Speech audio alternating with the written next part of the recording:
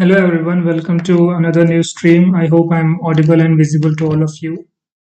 And today we are going to continue our discussion on GATE exam, General Aptitude Technical Entrance Exam. And here in today's video, we'll start with some cutoff discussion. So it's very important for all of you to also understand how much marks you need to score in this exam to secure your seat for the MTech program as well as for the other programs that you are going to pursue. So let's look at the cutoffs in the past decade, and let me bring my marker here so that I can indicate what I'm referring to.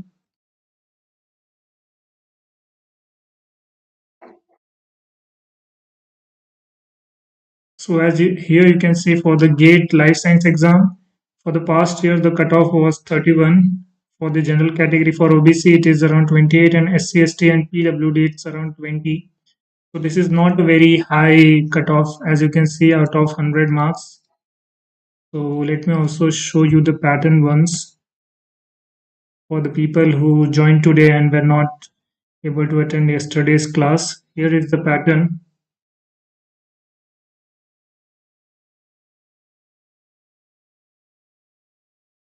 So the first five questions have 1 mark each and a negative mark of 0.33. The next five questions have 2 mark each, and these are slightly advanced level general aptitude question, although in the last session we saw they were not very difficult.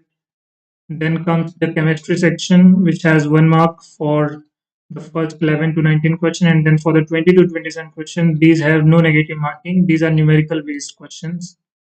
Then comes the subjective part. So here you have to choose two subjects, so MCQs and numerical for the two subject combination that you choose. And total marks here is total 100, and you have to attempt 65 questions in total in 3 hours. So this is the pattern, and here as you can see, out of 100 marks, the cutoff is not very high. It's around one third of that for the general category. In the previous year also you can see it was 29. Before that it was around 42. Then I'm talking about the general category. For the other categories it's even lower. So you can understand this is not a very difficult exam, and if you practice properly like we did yesterday, you can easily score above the cutoff and secure a seat in your desired institute for your higher studies. So in 2021 it was 35, 2020 it was 42. So it is less than 50 in all the years, as you can see here in the past decade. Cutoff has never crossed 50. So that's a good news for you. If you score even 30 or 40 marks, you can easily secure a seat in the institute. Although for institutes like IISc, the cutoff would be higher because there are limited seats and more people would like to go there. So that's why the cutoff would be much higher in such institutes. But for IITs and newer IITs, if you score even 30 or 40 marks, you should be good to go. So this was regarding the marks and other considerations. Now let's come back to the questions that we were practicing yesterday, and we were around question number 92, if I'm not wrong.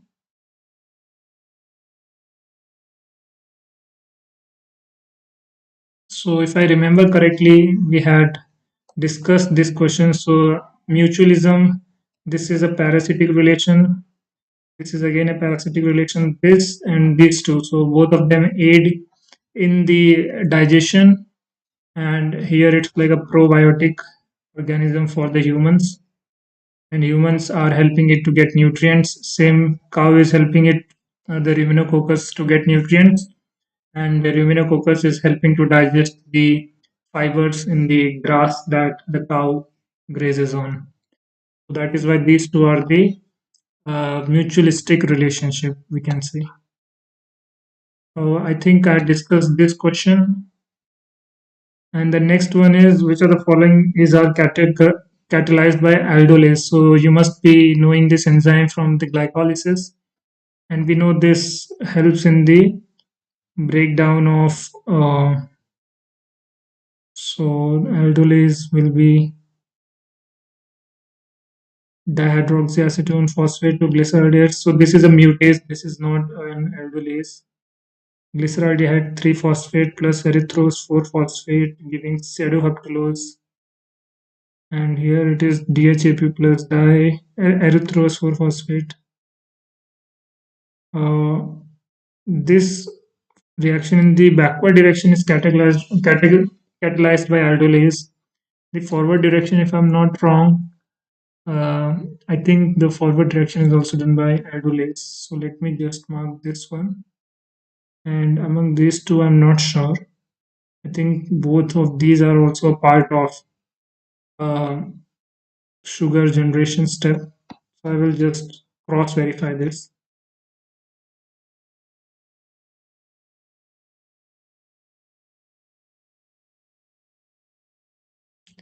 So an important thing to consider while you are attempting multiple select question is to not mark an option which you are not sure about.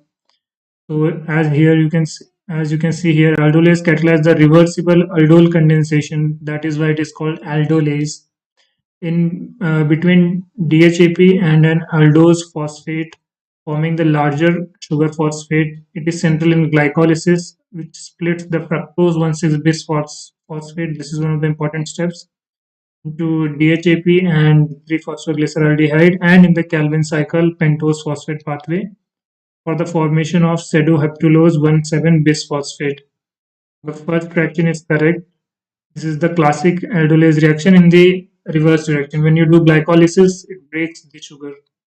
In glycolysis, the reverse occurs. Fructose 1,6-bis phosphate cleavage leads to the formation of 3-phosphoglyceraldehyde and DHAP. Here, this is a reversible reaction, so it can do it in both directions. This is again catalyzed by aldolase, specifically in the Calvin cycle. So, in the generation of the 7-carbon sugar, which will be used for generation of IUVP and can be used by Rubisco to fix the carbon dioxide. Aldolase requires DHAP as well, so this is the wrong one. We require DHAP here. So option first and second are the correct ones in this for this question. Next one is regarding which antibiotic target which enzyme or which part of the molecular system. So this is penicillin. We know targets transpeptidase in the bacterial cell wall. So P for 4 is here and here and here in all the three options. We need to select only one because only one of them will be correct. Uh, okay, can be multiple correct because there is S and T which can be matched with multiple.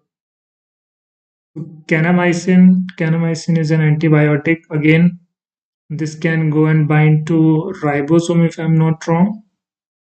Then let me just check this because I'm not very sure about this question particularly. And just to save some time, so penicillin inhibits the transpeptidase, the enzyme which is responsible for bacterial cell wall cross-linking. So the peptidoglycan, N-acetylglucosamine and N-acetyluramic acid, this cross-linking will not be possible without transpeptidase, and this is inhibited by penicillin. So that is how the cell wall is not maintained and the bacteria will rupture. Kanamycin is an aminoglycoside, so that is why I asked it so that you get this extra information also. Binds to the 30th subunit of the ribosome. Rifampicin inhibits RNA polymerase, blocking transcription. Nalidixic acid is a quinolone that targets DNA gyrase. So this is important. Nalidixic acid targets DNA gyrase, and ciprofloxacin blocks DNA gyrase again. So the correct matches will be P for 4, Q for 1, R for 2, S for 3, this one, and T for 3. So ciprofloxacin and nalidixic acid both are DNA gyrase blockers or target the DNA gyrase. So this was an interesting one. Now that you know which antibiotic targets what, you should make a note of this and revise this. Nucleosomes are made of DNA and histone. Histone undergoes various kind of modification. They are known as histone writer, reader, eraser, which is the following is histone writer. So deacetylase is an eraser. DNA methyl transferase is definitely not going to write on histone. It is either methyl transferase or acetyl transferase. As we know, HMT and HAT. So histone acetyl transferase and histone methyl transferase. HDAC is a eraser. From the name we can understand. So writer is adding the modification like acetyl or methyl group. Reader is recognizing this, and eraser removes the modification. So HATs, histone acetyl transferase is a writer. HMT is like histone methyl transferase is a writer. Histone deacetylase HDAC, as I told you, is an eraser, and then D and MTs are writer, but they are not working on histone. They are working on the DNA. First and second are correct here. Expression of gene is regulated by a transcription factor, so the following technique can be used to identify the region is promoted where the transcription factor bind. So for identifying the region where the transcription factor binds on the DNA, we can use CHIP, which is chromatin immunoprecipitation. Then we can also use DNase 1 footprinting. Uh, we can't know from EMSA. We can know if it is binding or not, but we can't know if it is binding to a particular region or not. So maybe I think the first and second and fourth one seem correct to me. Let's check for other methods also.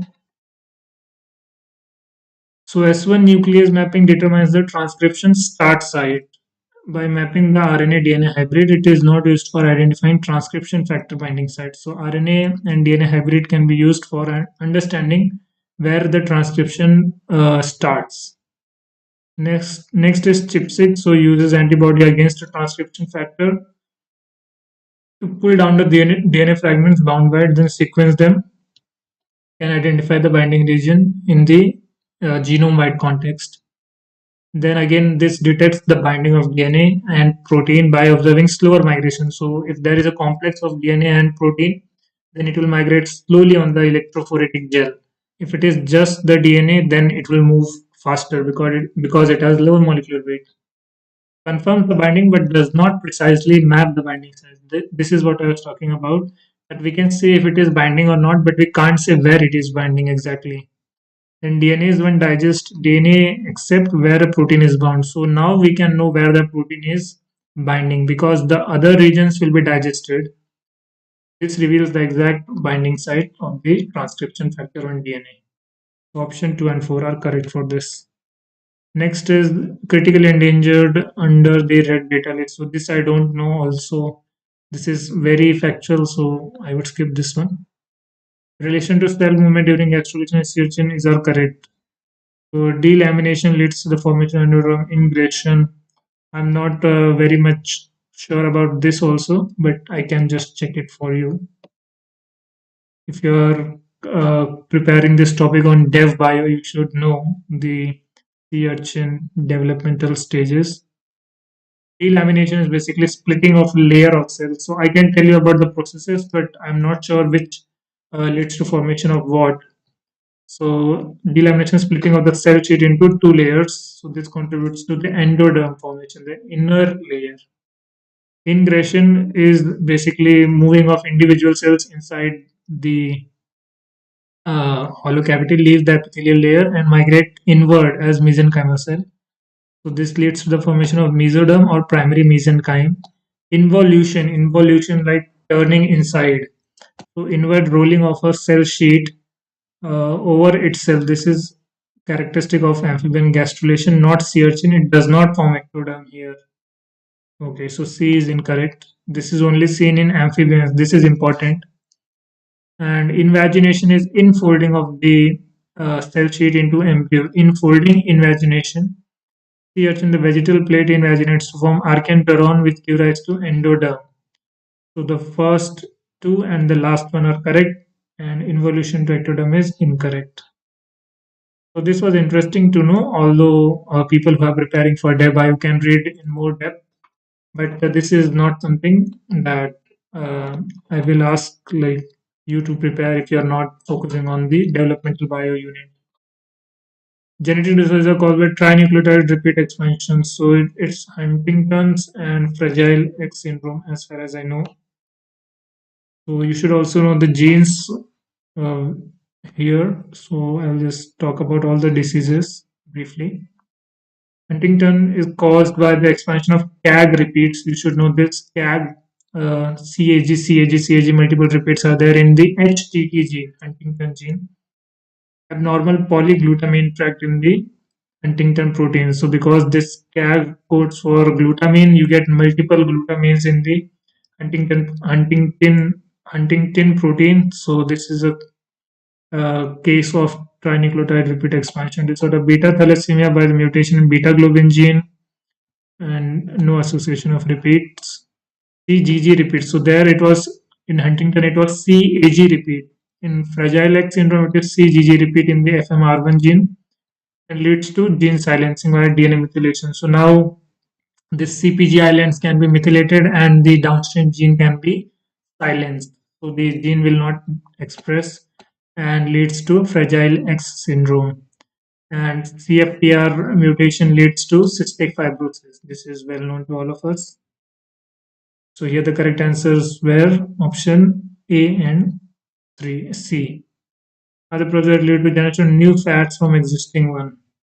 If you are making new fats, you can do hydrogenation, right? You can add hydrogen on that, so the alkenes will get converted to alkane chains. And trans esterification, you can move the fatty acid chain. So I think these two should be the correct processes. I'm not sure about degumming and winterization. I've never heard. Maybe in agriculture science or something it comes. Yeah, so this is basically exchange of the fatty acid group between triglyceride and alcohol, transesterification. Degumming is removes the phospholipid and impurities from crude oil. Anyway, this doesn't sound like a scientific term to me. It comes sometimes from food industry or something maybe. Adds hydrogen to unsaturated fatty acid, exactly what I described, and produce new saturated or partially saturated. So if it is a triple bond, it can be converted to double bond. If it is multiple double bond, if there are multiple double bonds in the backbone, then some of them may be saturated, others may remain unsaturated. So you can get a mixture of saturated and partially unsaturated backbone of the fatty acid. Yeah, so it was the correct options are transesterification and hydrogenation, as I marked here. Next one is true for package of gamma irradiated whole chicken. I'm not sure and I'll just skip this. Enzymatic browning in peeled potatoes. Which of the following are inhibitor of enzymatic browning in peeled potatoes? Uh, I'll just try this, although I don't know what is this process. But the enzymatic browning in peeled potatoes. So after peeling the potatoes, there is some reaction with the air which leads to the browning. So what can inhibit that? Citric acid, EDTA, mannitol, or ascorbic acid. So there are two acids here. EDTA is a chelator and mannitol is a sugar with multiple OHs, as I talked in one of my previous lectures on plant kingdom. So I think maybe EDTA can act as a chelator and stop the process. Citric acid also has multiple COO, so I think that can also chelate, and ascorbic acid also. So I would go with these. Maybe they get converted to their ionic form and then chelate the ion, which stops the browning. Is mainly caused by polyphenol oxidase. Okay, so now we know the reason why the potato goes brown. Oxidize the phenolic compound to quinone that polymerize into brown pigment. Lowering the pH, which is acidic condition, reduces PPO activity. So polyphenol oxidase. This leads to the oxidation of phenolic compounds to quinone. So phenols, meaning OH, gets converted to ketone, quinone, and then that polymerizes. So if you want to stop that, you have to lower the pH. Chelating metal ions, exactly what I thought, although I haven't studied it ever. but still I thought in that direction because I saw EDTA and other chelating kind of acids here acting as a reducing agent. So citric acid will lower the pH and chelate copper ions. EDTA is a strong chelator, again good for this, and ascorbic acid is again a reducing agent, converts the quinone back to phenols.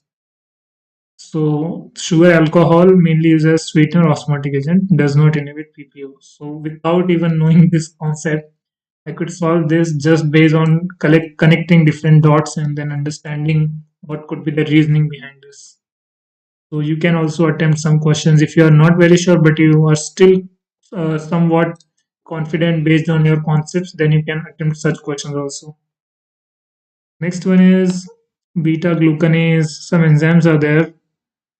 So pectinase I know can be used for fruit juice clarification to remove the fiber. So R should be matched with 1, which is seen in these two options. Then papain I know can be used for protein digestion. So S can go with meat and digestion. Okay, perhaps. Then amylase breaking the sugar. So uh, Q with 4 most likely, and glucanase. So if we break the sugar, we can make smaller sugars, and then that can be used by the fungi for brewing. Most likely it should be option 2. Let me check. Option 3, I mean. So let me check if I'm going in the right direction or not. And this is something which I don't know, so it's also good to know. Okay, so this is wrong. Beta glucanase is present in barley and other cereal for brewing to reduce the viscosity. Alpha amylase is used in bread making, so this is 2. So option 2 will be correct here. Hydrolyze the starch into sugar. So this I knew because it is an amylase. Glucanase breaks the beta glucans, and it is used in the brewing industry to reduce the viscosity and improve filtration process. Pectinase I told to break down the pectin in the cell wall and fruit juice clarification reduce the cloudiness. And this is a protease papain coming from papaya, and this is used for breaking down the protein from the muscles. Statement about antibodies are correct. Different antibody classes have different effector functions. This can be correct. Each antibody chain consists of an amino terminal constant region and a carboxy terminal variable region. Variable domains harbor complementarity determining region. This is all antibody are same half-life. This is definitely not correct. Each chain has constant. No, I think it is the opposite. So the N terminal is variable and the constant region is C terminal. But let me check it for you.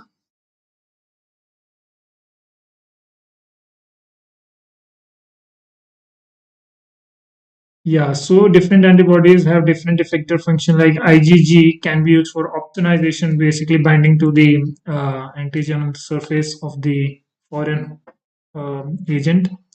Complement activation, placental transfer. IgA is mucosal immunity provider. IgM is the first antibody that is produced. So in the plot also in yesterday's paper solving session, we saw IgM is produced first and then IgG has a larger peak as the secondary response. Strong complement activation. IG is for allergy and parasite defense. IgD is for B cell response. This is opposite. So the amino terminal is in the variable region, and then the C terminal, which is the carboxy terminal, is in the constant region.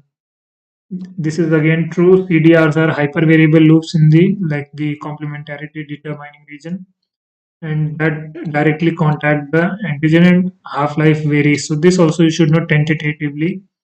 So IgG is like a long living one, 21 days, IgA is 6 days, M 5 days, E is very short lived, just 2 days. Next one is uh, isoelectric point of amino acids. So from now on, we have the numerical one. I can solve each of them, but it will take more time. So it's better if I go to the MCQs on the other years. I can give you a tentative idea of how to solve this. So you can take the for valine because it is a neutral amino acid. So we have been given these two pK values, and then the isoelectric point will be the average of this, if I'm not wrong. So let me just cross verify that. So 9 plus 2 is 11 point, like around 12, half of that will be 6. Yeah, so 5.97 or roughly 6, but here you can write 5.97 because they have asked up to 2 decimal. Very easy. Energy of transition from this to this Rydberg constant is given. So this is again very easy, although this is, I think, from the chemistry section. We know the formula for energy in nth orbit equals to minus n square minus 13.6 n square by z square. This we know. So this is a hydrogen atom. So we know minus 13.6 n square. We are given from the fourth to the second. So this will be, I think the transitions are in such a way that this will be 2 square minus 1 upon. This is, I think, z square by n square. Yeah, z square by n square. Z is 1 and this is 4 square. This will be 1 by 4 minus 1 by 64, or sorry, 4 by 4 square is 16.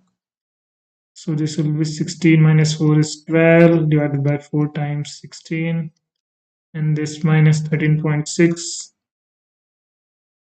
This will come out in EV, I guess, electron volt, and then you can convert it into the SI unit if it is asked in SI units. So this is very standard. You just have to remember this 1 over z square, 1 over n square kind of relation for energy. So let's move to the next question. Non-volatile solute has molecular weight. Assumed solute does not associate or dissociate. So this is coming from the colligative property.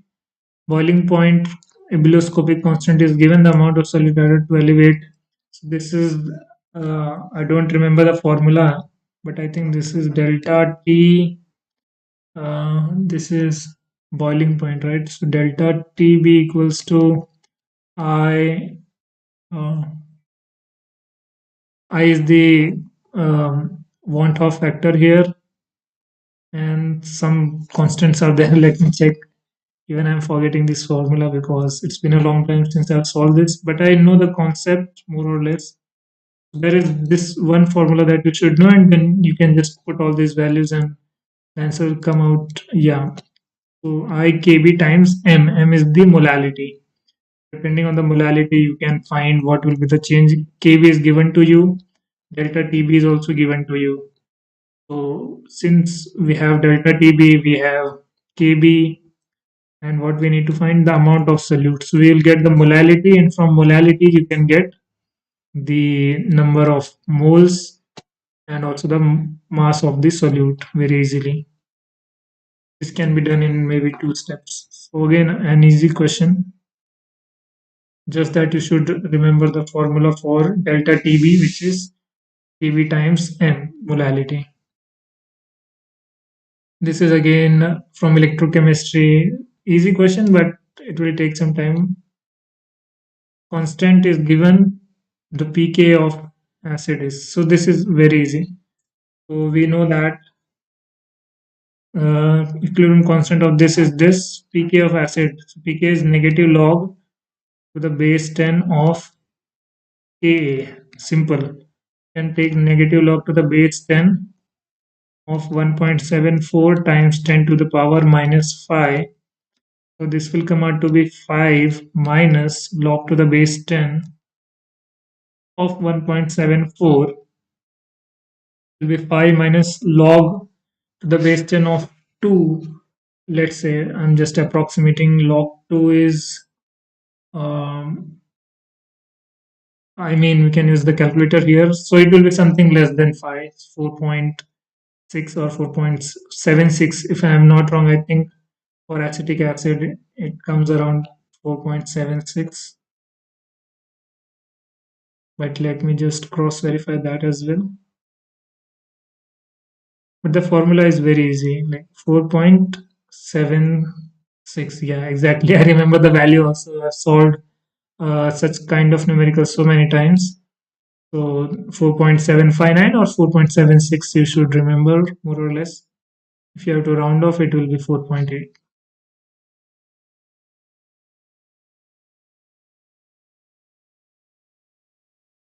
Next one is DNA double helix measures this much.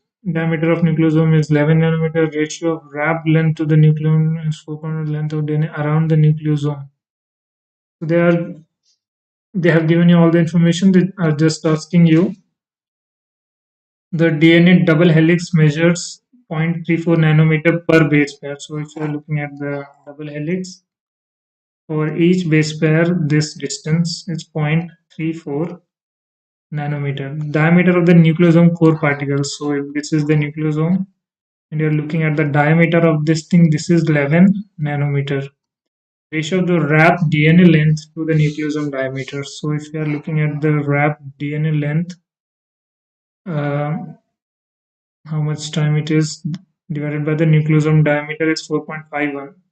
The length of the DNA around the nucleosome. So this is very easy. We have 4.51 is the wrapped DNA length. So DNA length divided by nucleosome diameter, which is given to us 11 nanometer. So DNA length will be 4.51 times 11 nanometer. So this we can easily calculate. This will be roughly like 46 or 47 maybe.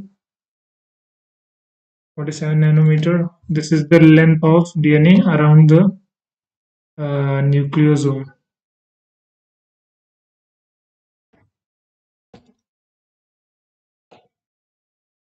So in terms of base pair, oh, they are asking in terms of base pair, so we can divide uh, or we can nanometer per base pair. Yeah, so we can divide this by 0.34. So we'll get the answer in terms of base pairs. So let me show you the exact answer also. Yeah, so wrap DNA length is 4.51 times the nucleosome diameter, which is what I exactly did here. This will come out to be around 49, and then divide that by 0.34, you will get 145 base pairs. This is something most of us know from our textbook also. So they're asking very basic questions, which without even solving, most of us can answer. So quite easy questions. And we can cross verify also. So this is again very standard measures and style experiment. After n number of generation, how many of them will be hybrids and how many of them will have the light DNA pair. Then XL of diploid has 10 chromosomes, X chromosome in a double trisomic somatic cell of this species would be. Diploid is 10 chromosome, meaning 2n is given to be 10. Pectinum chromosome in a double trisomy and somatic cell. So this is diploid cell plus 2 times trisomy, meaning plus 1, right? 2 times trisomy. So this will be 10 plus 1, total 12. This will be the number of chromosomes. So this was a conceptual question, very easy. They just wanted to see if we understand what is the meaning of double trisomy. So let me show you the solution also. I mean, I already wrote the solution. Oh, so the XL is given to be 10. Okay, okay. So then it will be the somatic cell will have 2 times of this, and plus 1 will be 2n plus 2, which is 22. So yeah, I should have focused on this, that the egg cell is given to have 10 chromosome, not the diploid cell.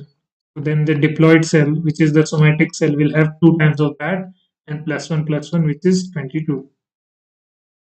Genetic cross. So again, this is, I think, genetics based question, not very difficult, all this kind of question. This is again based on PCR. Hardy-Weinberg, number of individuals with age unit of the population is this much, frequency of ALL. So let me write this for you. So from Hardy-Weinberg equilibrium, we know that P plus Q equals to 1. Imagine a population of, and we also know this p square plus 2pq plus q square is also equal to 1.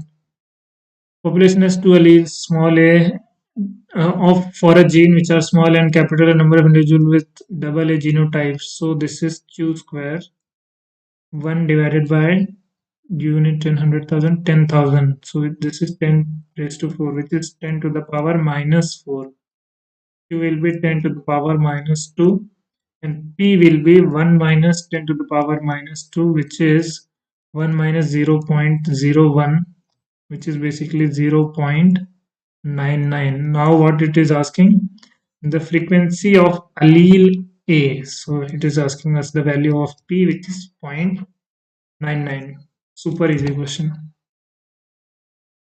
If you know this idea of Hardy-Weinberg equilibrium, we can do it in 20 seconds maximum, because there is no need to even use calculator here. Yeah, so 0.99 or 99%. PCR setup was a PCR was set up to amplify 500 nucleotide long DNA DNT in the radio labeled person radio labeled single strand after 3 cycles will be. So what we are given here is PCR setup 500 nucleotides. So number of nucleotides here is 500.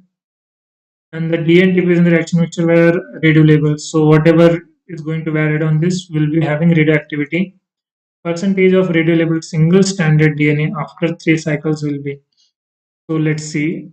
After 3 cycle, how many strands we'll have in the first cycle? Let's say this is first cycle. We'll get these 2 strands. In the second cycle, we'll get 4 strands. And in the third cycle, so they're asking after 3 cycles. So third cycle, we'll get 8 strands. 8 strands. Out of which 7 are newly formed. 7 are newly formed. And 1 is the old one. 1 is old without radioactivity. These are having radioactivity. Radioactive. So what is the percentage? So that will be 7 divided by total 8 times 100. So this is around, so this is 1 minus 0.125, which is like 87.5% if I'm not wrong. Let me just cross verify this one also.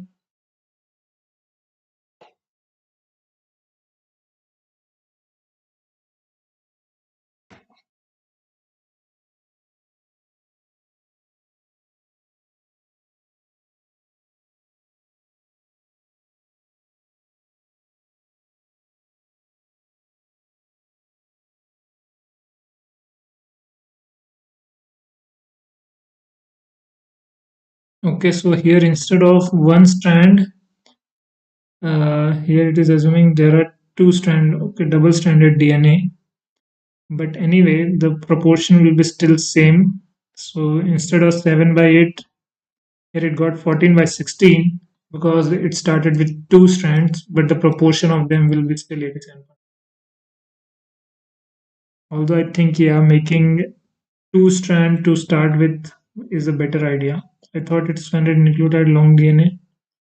So yeah, but DNA is usually double stranded. So even that way you can consider and still get the same answer, because we are asked the proportion, not the actual number. The father of five children are carrier of not autosomal recessive allele that causes successive as the population having exactly 3 normal children among 5 is. So this is a combination of genetics and probability kind of question.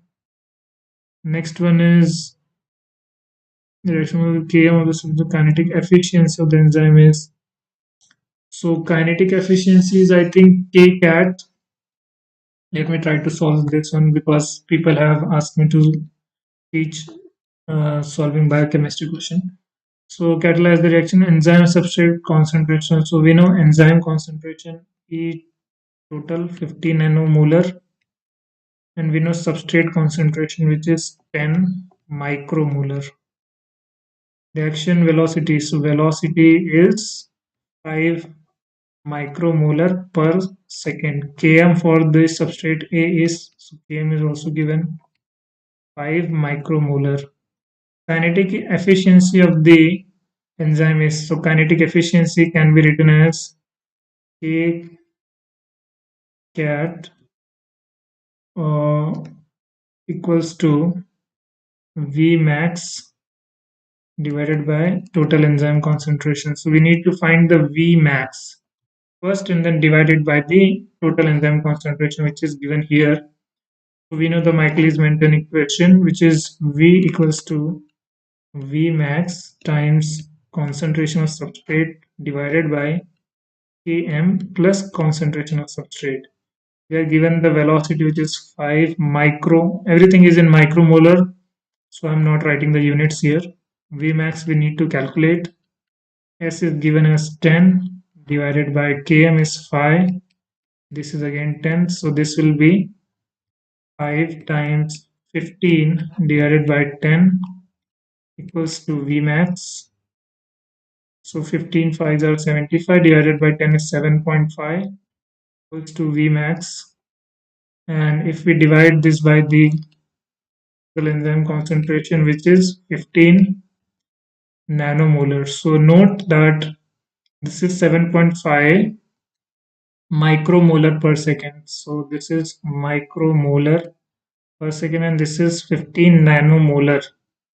So we need to convert both of them to the same unit. So we can write 7.5 times 10 to the power 3 divided by 15. So this will become nanomolar per second and this will be nanomolar, so we can cancel both. So this will be 1 by 2 times 10 raised to 3. And we are asked in the terms of 10 to the power 6. We can multiply 10 raised to 6 and divide by 10 raised to 6. Or maybe I made some mistake because this will be much smaller, right? So 15 5 is 75 divided by 10. Okay, so this will be 7.5 divided by 50 nanomolar. And if I keep it as nanomolar and convert the micromolar into nanomolar, this will be 10 raised to 3 micromolar. Okay, this will be half. So basically 500 in per second. 500 per second. The unit here is given as per mole per second. Hmm.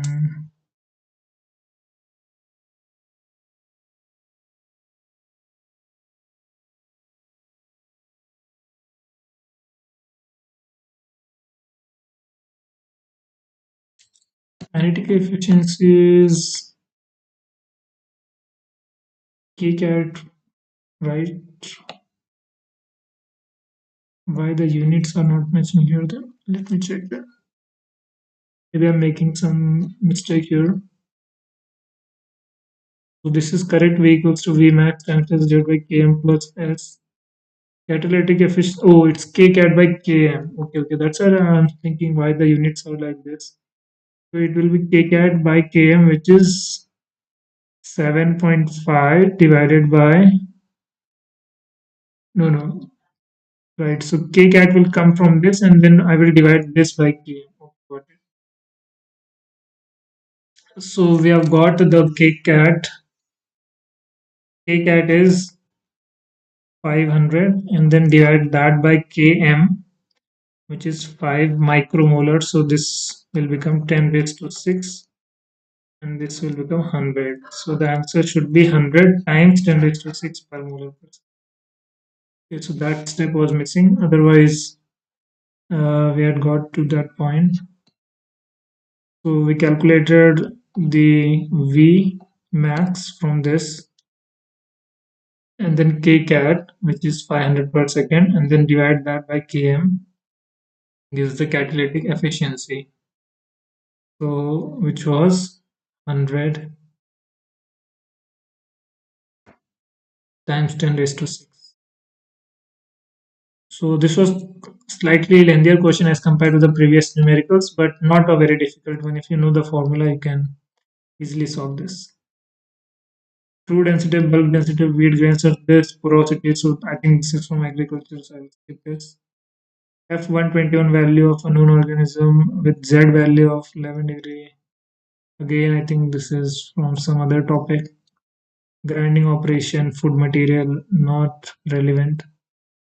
So I think we have solved all the questions from this paper uh, on basically date 2025, and let's see if there are any questions, and if there are any questions I will try to solve them. Otherwise we can move with the next part.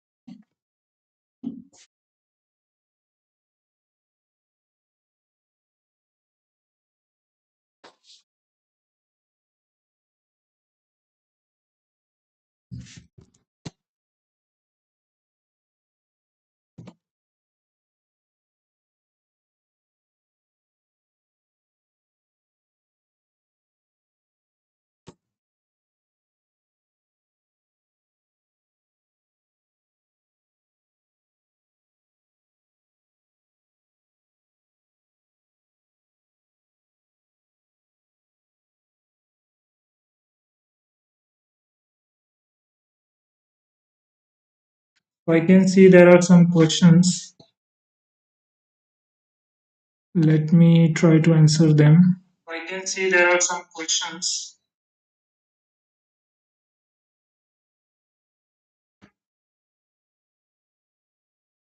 I was searching for the previous year question, and now I can see the chat section also.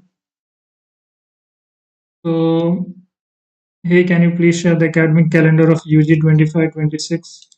That you can get from the website. So that will be the best source for you.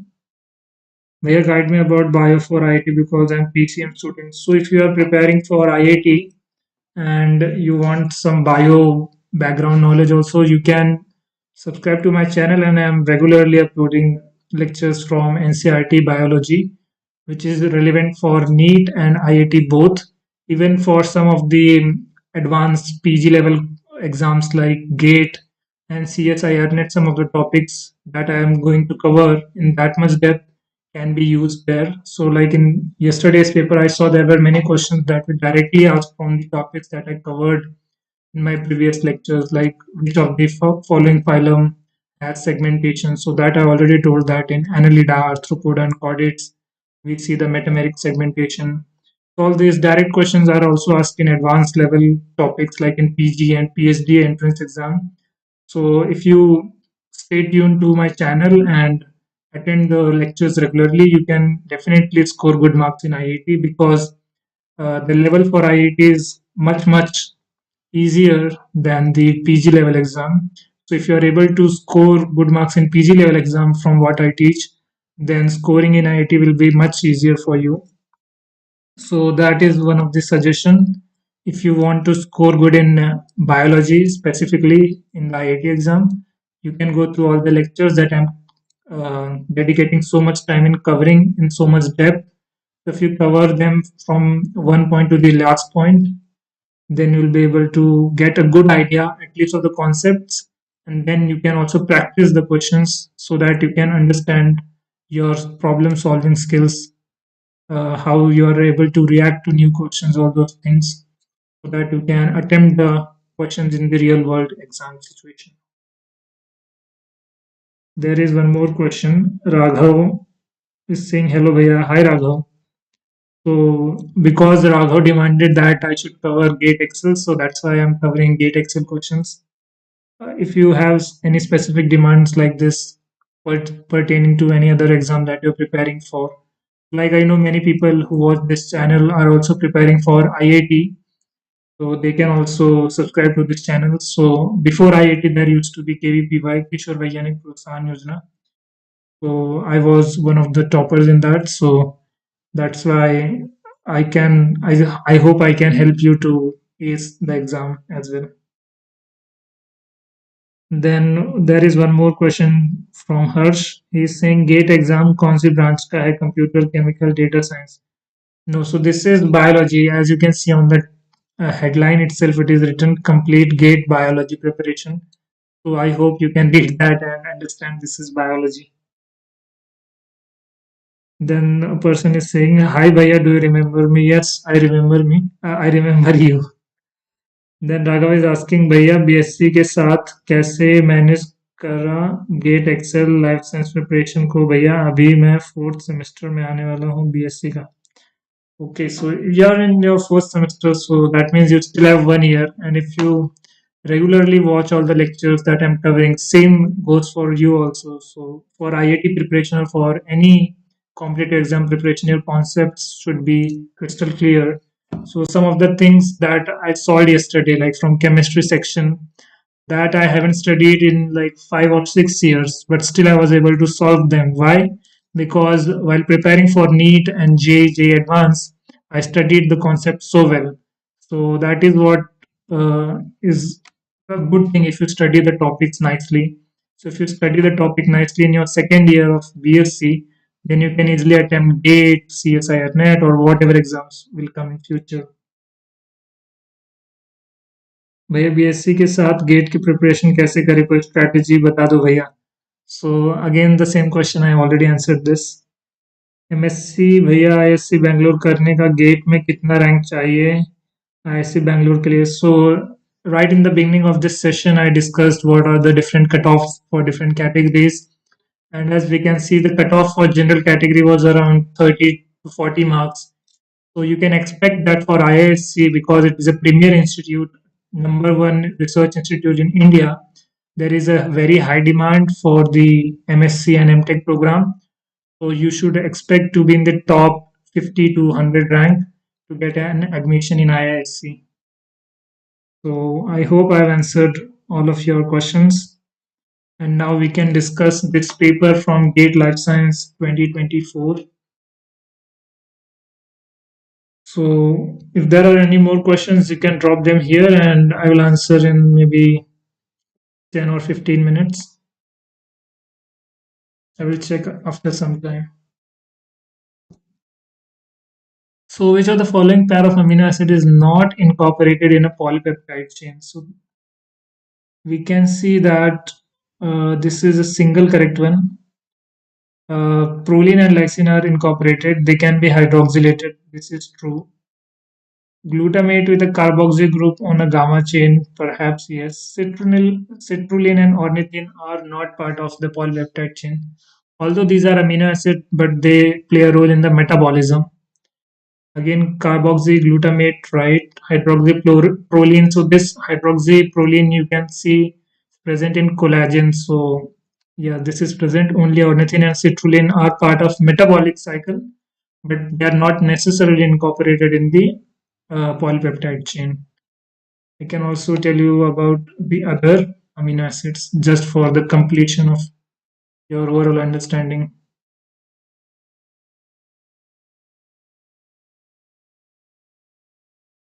So there are basic 20 amino acids that you should know, even their structure and their biochemical properties. In addition, you should also know about selenocysteine, which is the 21st amino acid, which is derived from cysteine. Then there is 4-hydroxyproline found by post-translational modification of proline. So it is imported in collagen, like I told you. Then gamma carboxyglutamate found by glutamate important in blood clotting protein. This also you should know. Maybe they can ask as a maths the following type of question. Desmosine is a cross-linking amino acid in elastin. It is again found post-translationally. So elastin is one of the fibers which is secreted by the fibroblast in the ECM. Ornithine and citrulline are intermediate in the urea cycle. They are not part of the proteins. And hydroxylysine is again formed translationally from lysine, again important in collagen. So hydroxylysine, hydroxyproline, all these are important in the collagen triple helical structure. Next question asks us to match the following kind of thing. So let me see if I can zoom in. Yeah, so here you can see alpha ketoglutarate.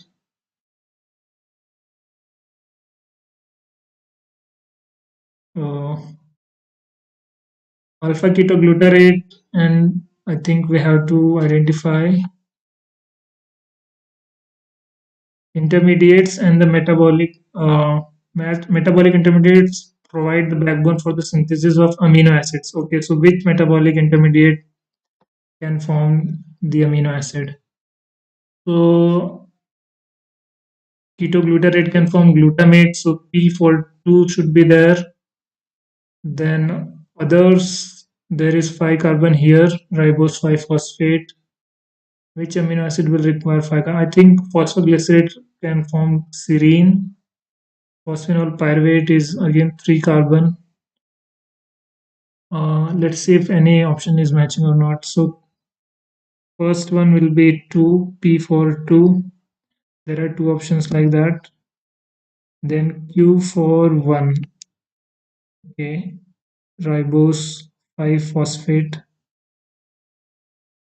I think I can show you the metabolism chart for this because even I don't remember this. I haven't studied this topic. Metabolism intermediate to amino. But it is very important for other exams also for you to know which metabolic intermediates can form which. Okay, so I think here we can see this. Right. So asparagine aspartate can form oxaloacetate. This can form fumarate. This can form succinyl coenzyme A. Alpha ketoglutarate can be formed from glutamate, histidine, proline, arginine. And acetoacetate can be formed from this. Acetyl coenzyme can be formed from this, and pyruvate can be formed from this. So this is the conversion of amino acids to the intermediates. In the question, we are asked from the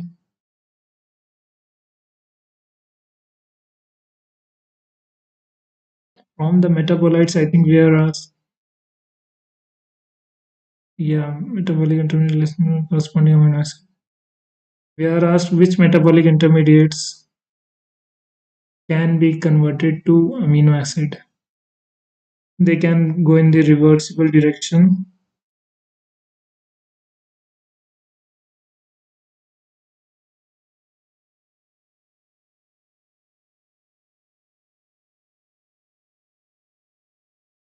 So it's definitely ketoglutarate for glutamate. So it's P42. So either option 1 or 4. Then we have 3-phosphoglycerate, which is either given as serine or phenylalanine. So I think it's most likely serine. So yeah, matching the two options, we can get the correct option here.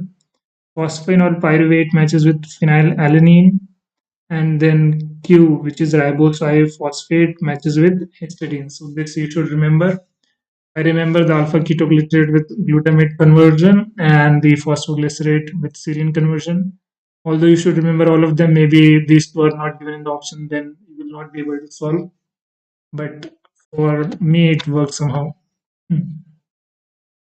Newly identified viral protein contains one long alpha helix spanning 60 amino acid residues. A number of main chain hydrogen bond formed in this helix. So for alpha helix, we should know that the hydrogen bonds are formed between the ith and I plus fourth amino acid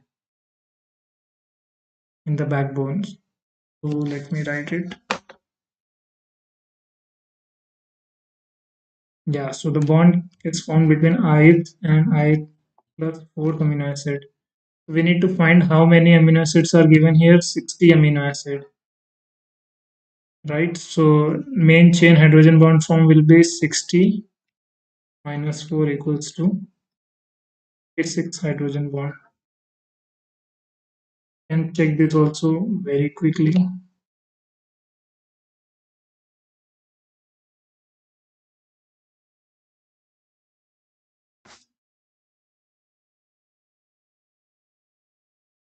So here it is given the carbonyl carbon of ith residue forms a hydrogen bond with the amide hydrogen of the I plus fourth residue. So this will be number of residues minus 4, which is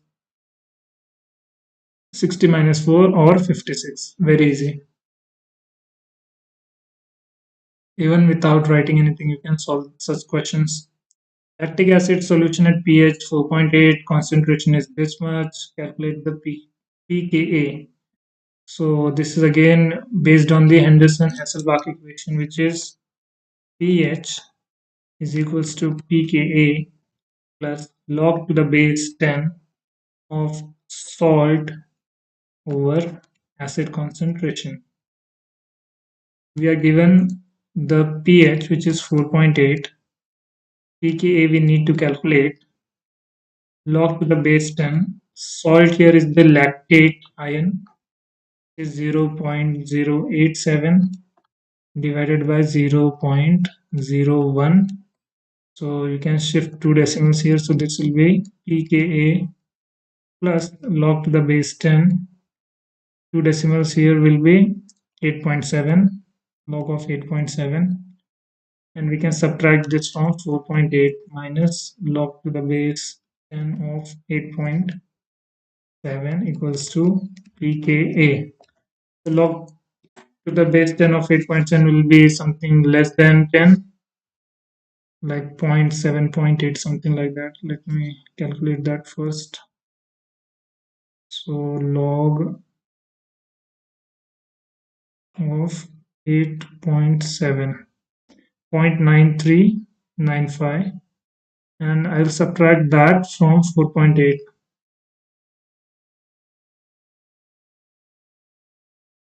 So this is 3.86. So the pKa or lactic acid will be 3.86. Again, an easy question, just using the formula you can get it very easily.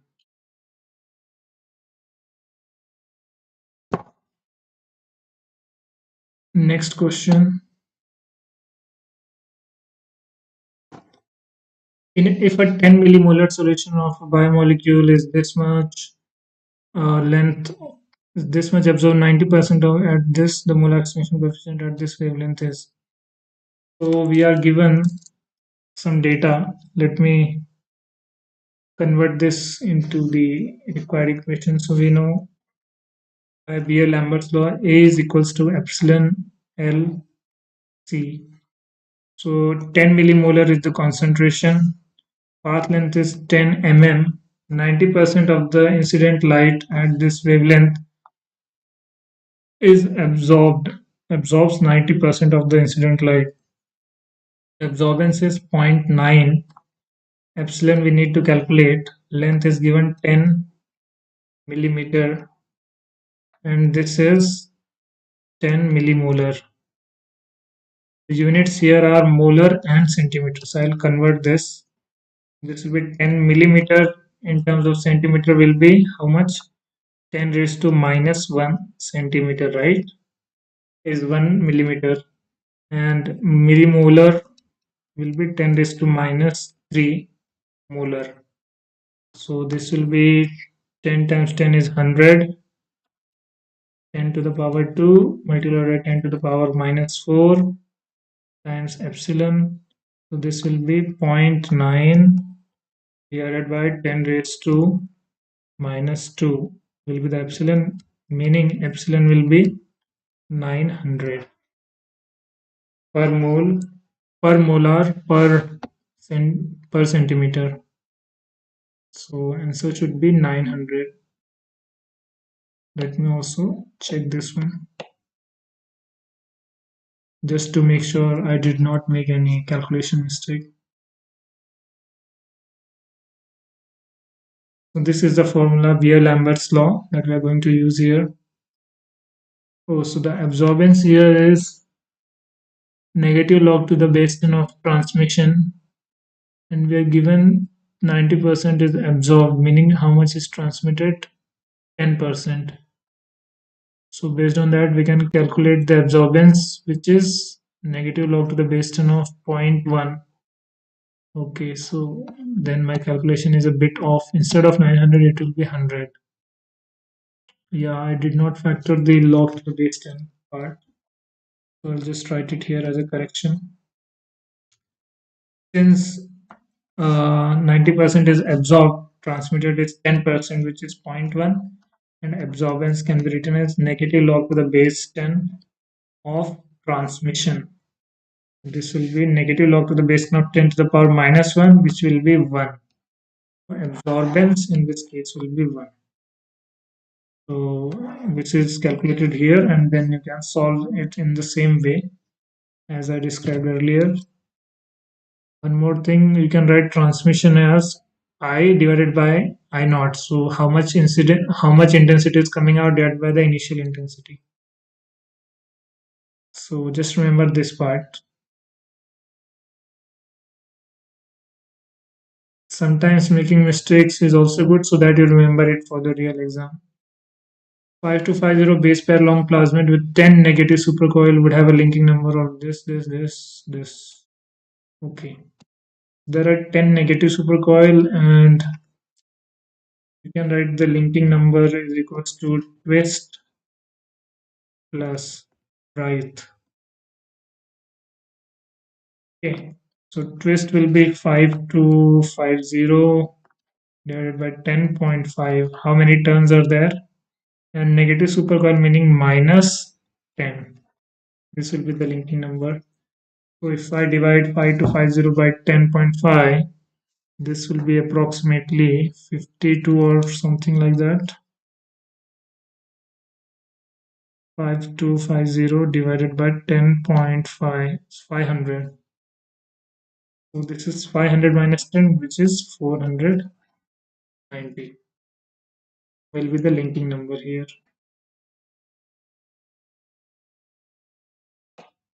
So we can check this also quickly.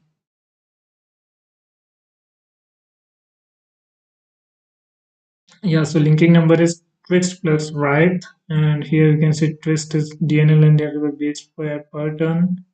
This comes out to be 500 and right is minus 10, so the linking number is 490. Electromotive force generated by electron transfer. Which one or more of the following statement is correct? It is used for the synthesis of ATP. This is true. Not used for active transport. This is wrong. Includes the pH gradient. Right. It does not include an electrical. So option A and C are correct. Following metabolic intermediates common to glycolysis, nucleotide synthesis, and glycogen synthesis. Okay, so this is interesting. They are asking for citrate is not part of glycolysis. Oxaloacetate is also not part. Glycerol 3-phosphate is also not part of that. So only glucose 6-phosphate is present in glycolysis. If you had studied just glycolysis, then also you could solve this. And nucleotide synthesis and glycogen synthesis are something that you should study. But even by elimination, you can easily solve this. That's why I say GATE exam is very easy. If you study well, if your concepts are clear, you can easily eliminate and find them. So what is given here? Michaelis-Menten equation. If S equals to 15 times K, then the ratio max is what is ratio max? I think there is some typing mistake here. Ratio V max, maybe they are asking V max by V, I guess. I'm assuming this is V max by V is what they are asking. So even if they are not asking that, let's just apply this equation once, just so that it's clear to you. We know that V equals to V max times concentration of substrate divided by Km plus concentration of substrate. So let's say we want to find this ratio, reciprocal of that. I don't know the equation or the question that was here. So I'm just assuming a new question is there. So V divided by V max equals to substrate concentration is 15 times Km divided by Km plus 15 times Km equals to 15 divided by 16. We want to find the reciprocal of this, so I will just invert this one, which will become 15 divided by 15, roughly greater than 1 point something. So I don't know what they wanted to ask, but if this is the thing they wanted to ask, then we can use the equation very simply and find this. Let me see if this has some other meaning.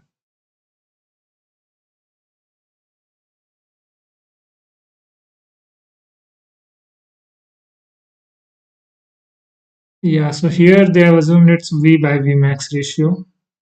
Then it will be just the ratio without inverting it. Which are the following plant families does apple belong to? So apple is from I think Rosaceae, yes, from the rose family, Malus domestica. This is pure factual information. If you know, you know. Otherwise, skip this. So if you have taken botany as one of the subjects, then I think you should know. Collateral and open type of vascular bundle with endark xylem strand is usually found in. Okay, so there is a new student in the class. Hello, it's my first class. Hi, you can join this channel by subscribing to this. Here I cover the different entrance exam syllabus for the students who are preparing for UG as well as PG level entrance exams. You can share it with your friends also if they are preparing for GATE, CSIR NET, or IIT if they are at the UG level. Yeah, so here the question is collateral and open type of vascular bundle. So open type is usually seen in dicots. Now the question is collateral type. Although this is not my forte here, I'm not going to go too much into depth of the physiology of the plant or the anatomy of the plant. But because I've studied this in my earlier class and I'll be covering this later on, so you'll be able to answer this. So that's why I'm discussing this briefly. So endark xylem strand, I think this is most likely, if I'm not wrong, a dicot root. No, so then it should be dicot stem because it says open type of vascular bundle. So there should be presence of cambium, which is seen in dicots. So I had eliminated 50% of the options. Only dicot stem or root were remaining. And endark xylem with collateral bundles is seen in dicot stem. So this is again a factual thing. Then next one is during emergence wild type, which of the following tissue types are established. So I'm not sure. I think it is pseudapical meristem would be established. Then procambium will not come during embryogenesis. Most likely rosetta leaf primordium or lateral root primordium. I think maybe the leaf primordium also comes during the embryogenesis.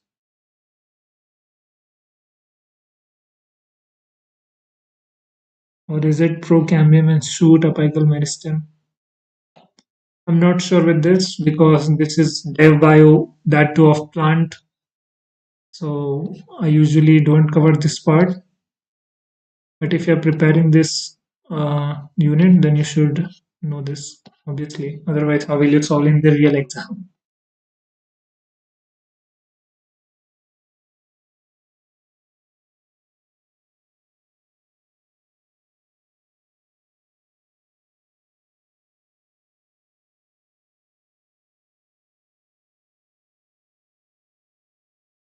Okay, so why is it taking so much time for this easy question? Okay, now it has answered. Root apical meristem is established during embryogenesis. This is quite easy to understand. Essential for post-embryonic pseudodevelopment. Procambium is also established. This is something new for me as well. Precursor of vascular tissue, xylem and phloem, and because of this cambium, the dicots are open type. Rosetta leaves are found post-embryonically from the shoot apical meristem, and lateral root primordium are also found post-embryonically. So option A and C are correct here. So this is a standard question from ABC class mutant. So this you should know structure of ABC mutant A, B, So first is A, next is A plus B, then is B plus C, and then it's C. This is starting from outside, so this is sepal, petal, then is stamen, and next is carpel.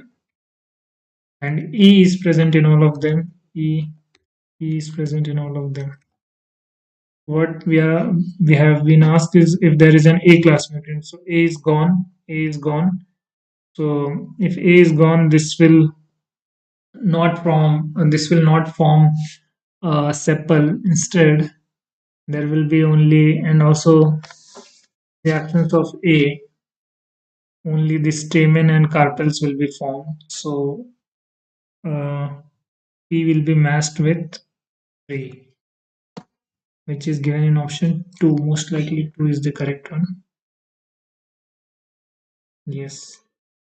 So just matching one you can easily get. If you mutate B, then what will happen? Petal and stamen will not be formed. So petal is formed here, sepal and carpel. So this should be 1. Q for 1. This is correct. And if C is gone, then stamen and carpel will not be formed. Stamen and carpel are formed here, petal petal. So this is the correct one. So R for 4. Or petal sepal. Yeah, actually petal sepal is given here. This is the appropriate one. R for 2. And next question. Okay, so they're asking different inhibitors. So oligomycin we know. So this is basically the ETS, electron transport system, or electron transport chain, ETC. And we have been asked what blocks which of this system. So photosystem 2 is blocked by DCMU. So R for the second one, only in option 2, very easy.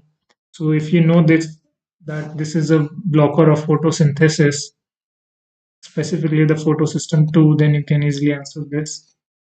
You should also know oligomycin. What does it block? It blocks the F1 F0 ATP synthase. Antimycin blocks the cytochrome BC1 complex, and valinomycin blocks the potassium ionophore. So this is something that you should note and just remember, because you can't predict these things in the real exam. Kelvin-Benson cycle to produce one molecule of glyceraldehyde 3-phosphate by fixing 3 molecules of carbon dioxide, 9 molecules of ATP, and dash molecule of NADPH are typically utilized. So this is a standard question, I think, but 1 molecule of 3-glyceraldehyde by fixing 3 molecules of carbon dioxide, 9 molecules of ATP, and how many molecules of NADPH are typically utilized. I think this is a question that is typically given in the textbook, but I don't remember. So if you are preparing this chapter, you should know this. Currently, I will just briefly look at the explanation and also share it with you. 3 carbon dioxide molecules, meaning 3 cycles of this. Okay, so for one cycle, I remember for one cycle it is 3 ATP and 2 NADPH. So for 3 cycle, it will be 3 times of that, right? So just remember, for one carbon dioxide cycle, one carbon dioxide fixation, how many NADPH and ATP are required, and depending on whatever is given here, like here they have asked 3 molecules, so just multiply everything by 3. I had forgotten this data, so that's why I didn't write it here. Otherwise, it's a very easy question. So next one they are asking is fluorescence microscope with an objective lens, numerical aperture is given 1.5 with light of wavelength 600 nanometers. Lateral resolution of this microscope to the nearest integer is, so d theta equals to 1.22 lambda upon n, a numerical aperture, 1.22 times 600 divided by 1.5. So whatever will be the value, I think this will be less than 600. So I can also tell you the exact value.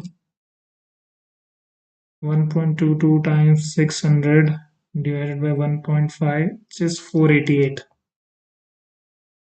488 is the answer for the lateral resolution limit. So let me just cross verify. For all the answers, I'm also cross verifying just to make sure I don't give any wrong answer to you so that your preparation doesn't go in the wrong direction. Oh, it's two times that. Yeah, so there will be half of that. So 488 divided by 2, which is 244. I'll just write the correct formula here. It's 2 times numerical aperture. And then people can also do it here. This will be 300 and this will be 200 times 1.22, which is 244 nanometer. This is the answer. So again, an easy one, just knowing the formula. Someone is writing, only supremely talented people are here. Only superhuman capabilities are welcome.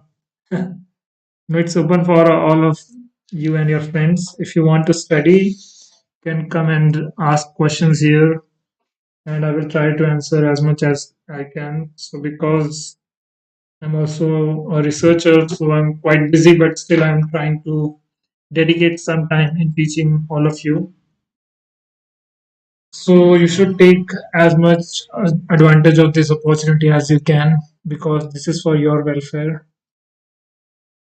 And a smart person tries to get as much knowledge as possible from any source. Again, here we are given the genetic cross. So let's see, in a genetic cross, two pure line parents offering differing two independently segregating traits, heights and flower color. So they are given, this is independently segregating. So there is no idea of linkage or something like that. All the FM plants were tall and purple flowers are there. In a test crop population of these, the expected the dwarf plants with purple flower would be. So we are given, let's say, tall, and these were two pure lines. So this is, let's say, TT, and flower color, it's, let's say, purple is dominant because it is coming in the F1 generation. So purple crossed with dwarf and white. So the offspring in the F1 generation are capital T, capital P, small p, which is tall and purple. Now, if we do a test cross population involving this, so test cross meaning with the recessive parent. So what will be the percentage of dwarf plants with white flowers? So usually this ratio is 1:1. Percentage will be 50%. But still we can do the cross also. So gametes coming from here will be capital T and small t, capital P, small p. Similarly, for capital T, small t, here it can be small p and capital P. This will be crossed with small t and small p. Only one combination we can get from here. So this will be capital T, small t, capital P, small p, small t, small t, small p, small p, capital T, small t, small p, small p. This is small t, capital P, small p. Okay, but here this is considering two genes, so it will not be 50%. What they're asking us is dwarf with purple. So this will be dwarf with purple, which is 1 by 4 equals to 25%. I think this should be 25%.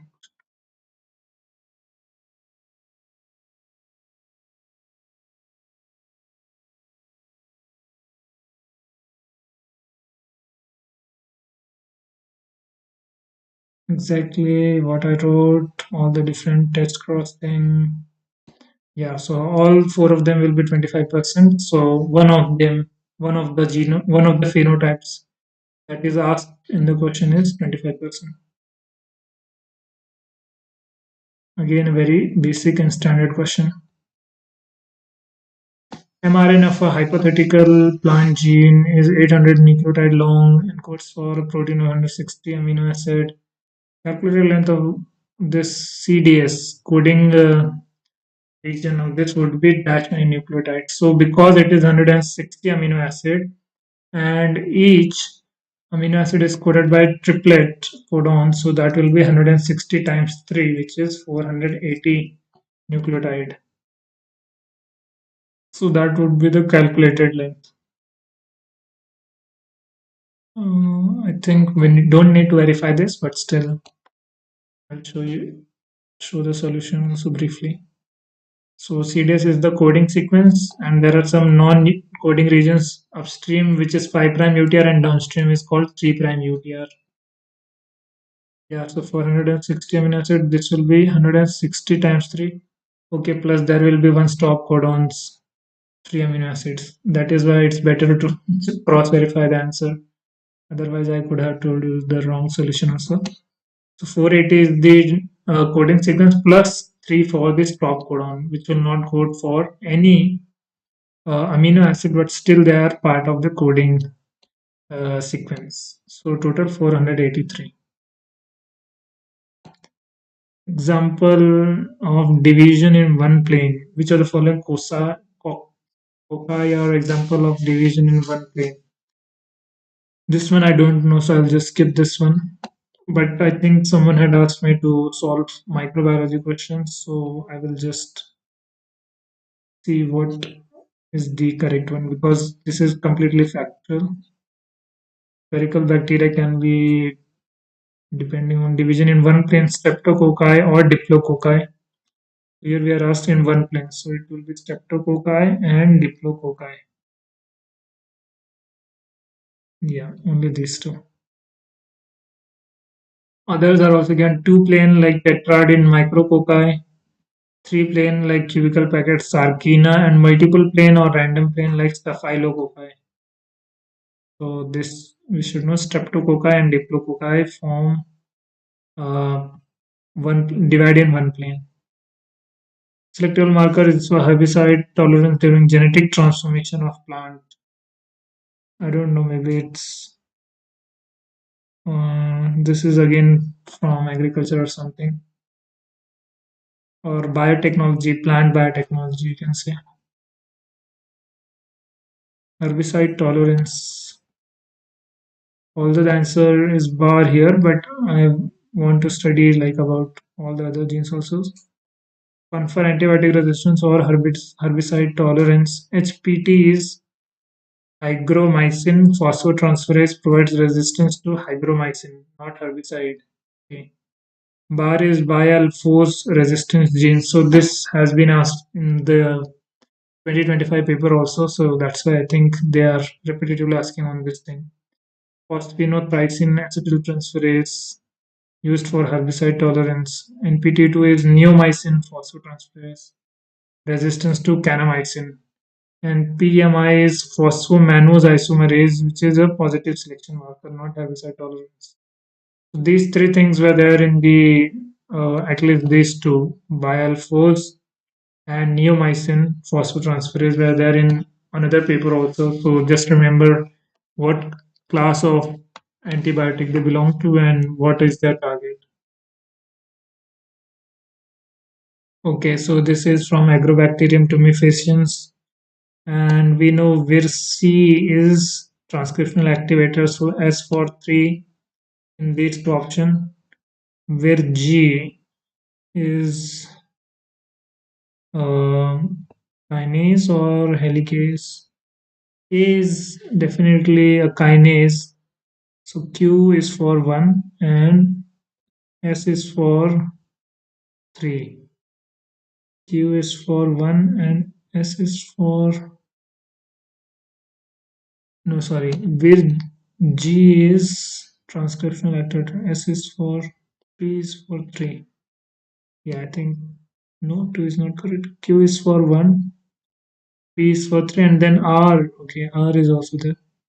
R is for 4, single strand binding protein, yes, and where C is helicase. There are other weight genes also that you should know if you are targeting this topic. This is, I think, completely plant based or something, so I'll just skip this. Natural product, or maybe I should just read about this. So henna, I don't know. Papaver somniferum, maybe we get quinine from that, so it can be Q is for mm, crocus is I think saffron, so S is 5, and then we get the flowers of that. So C, S5, C, S5C in these two option. Quinine is Papaver somniferum, so Q is 4, no Q is not 4 then. Henna, we use the leaves of henna, so R is for A, R for A is here and here. And then this one is correct, yes. So licorice is Glycyrrhiza glabra. I will show you the final solution itself. That will be much faster. Because these are some of the commercially useful plants, so maybe they can ask them one more time repetitively. Glycyrrhiza glabra, licorice, scientific name, and its root is used. Cinchona calicea, bark is used. Quinine. Henna lawsonia inermis, leaf is used. Saffron is Crocus sativus. So this I knew the scientific name, and the flower or the stigma is used. Henna is Lawsonia inermis, and quinine is Cinchona calicea. So all these different plants, commercially available plants. Cyanogenic glycosides. So this one, limonene is not one. Maybe linumarin and linustatin. Luteolin, no, right? Most probably it's first and fourth only then. This is again completely factual, so if you know this about secondary metabolites and other stuff, then only you should attempt this one. But I'll just tell you the concept. Cyanogenic glycoside produce cyanogen, which is hydrogen cyanide, and upon hydrolysis, defense compound. So linustatin from Linum utitissimum, cyanogenic glycoside. Limonene is a monoterpene. So this you should remember. Monoterpene example, limonene in citrus oil. Luteolin is a flavonoid, and linamarin from cassava is again cyanogenic glycoside. Next one, reference to rubber production from plants. This I don't know. So I'll skip. Nematode causing which disease? Ergot of rice by fungus. Cereal cyst of barley, maybe. And wart of potato? No. Ear cockle of wheat. Let's check other diseases also. Ergot of rye, I'm pretty sure it should be fungus. And wart of potato, I'm not sure. Cereal cyst by Heterodera species, cyst forming nematodes. Ergot is by Claviceps purpurea, which is a fungus, causes produces toxic ergot alkaloids. Wart is by Syntrichium endobioticum, which is again a fungus. And ear cockle of wheat is by Inguina tritica, which is a nematode. Fossil organism is correct. So they're asking late blight of potato by bacteria. This is correct. I think this is Arvenia. No, this is not a black rot of crucifer rot by fungus, right? Tungro disease, never heard this. Root knot of tomato, I think nematode is correct here. I'm sure about the fourth one, but I'm not sure about the others.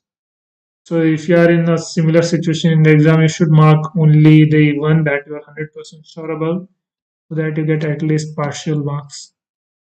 Late blight is by the fungus Phytophthora infestum. Yeah, how could I make this mistake? This is very common. So late blight of potato by Phytophthora infestans, which is an oomycete fungus. Black rot by bacteria. This is correct. Xanthomonas campestris causes black rot of crucifer. Tungro disease caused by Rice Dunguru bacilliform virus, not mycoplasma. Meloidogyne species, Meloidogyne incognita, causes the root knot of tomato, which is a nematode. Maybe I will solve two more questions and then I will end the session here. If you have any questions, you can drop them in the comment section. Can you please discuss the options which are not correct as well? So that is what I'm trying to do. For the options that are not correct or where I think that we can go in much more depth, I'm also providing a solution for that. Anish is saying, hello, bhai from NIT Durgapur. Hello, hi Anish. You're new to this channel and maybe you are already doing MTech, but you can refer this channel to your juniors if they are interested in doing GATE or preparing for CSIR NET for their PhD. So proto cooperation is kind of a mutualism, a type of mutualism where one species benefits more than the other. I think this is true. So P is matching with 2, only one option is there. Wait, how is it not correct? Oh, sorry. Both the species are benefited, but the interaction between them is not obligatory. Yeah. So P should match with 3. So there are two options which have 3. Commensalism is a type of mutualism where one species benefited more than other. This I think one species is benefit without harming the other. This is commensalism. So Q is 4. Q is 4 and P is 3. Option 1 is correct. Commensalism is one is harm, but the other is neither harm nor benefited. Yes. And helotism is the species is a type of interaction, is a type of mutualism where one species is benefited more than the other. This is helotism. Let me give you the example for each of them also, which might be asked in some form or the other. Usually knowing the examples is useful. So this is not obligatory proto cooperation. Commensalism neither harm nor benefited. Commensalism unaffected. Helotism is one is more benefited than the other. Master slave relationship. This you should know. Helotism, master slave relationship. Give example.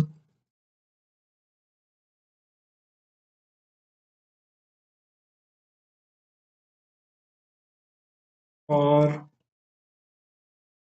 these interactions.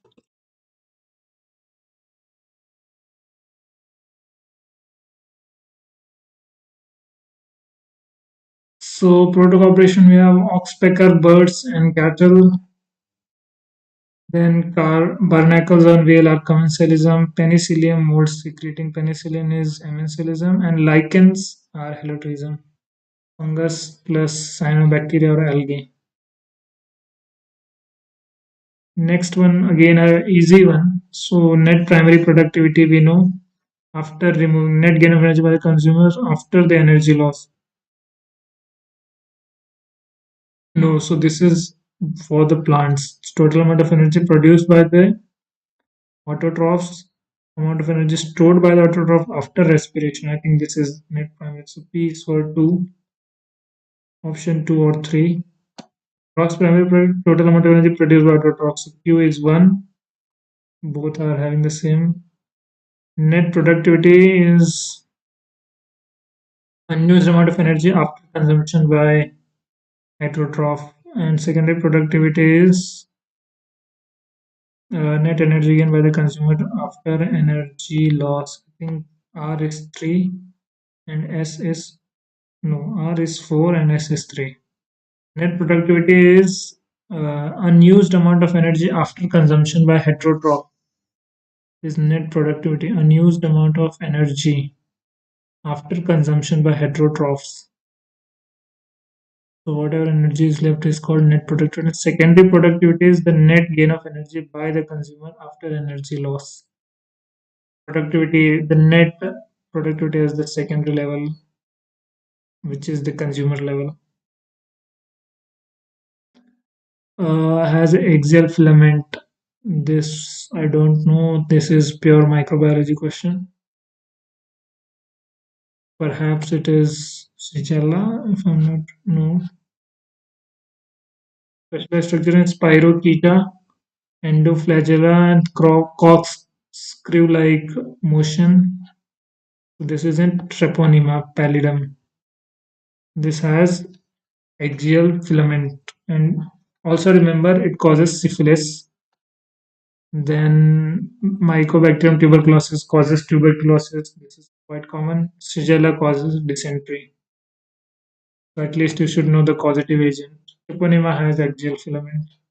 Pyroketa. Or active transport program by the substance chemically altered during transport. During the which of the following are active transport mechanism in prokaryotic substances chemically altered during the transport across the membrane. So it's most likely group translocation because simple division, fascicular division, osmosis, all of them do not lead to change in the chemical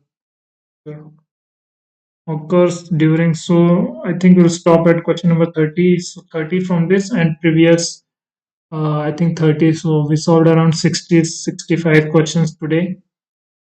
And I will take some of your questions quickly. So let me check how long this session was. Probably around 2 hours. So if you have any questions, you can drop them here or later on also you can write them in the comment section. So whenever I get time, I will try to answer all of your questions. And also, good luck with your preparation. So these are the last few days of your exam preparation. So focus on revising as much as you can for all the topics that you have studied until now, and try to put your time and energy in practicing as many mock questions or previous year questions as you can, so that you can reap the benefits from that in your real exam. So with that, I will stop today's session here, and we will continue from question number 31 in the next session. So I hope you study well. Take care. Bye bye.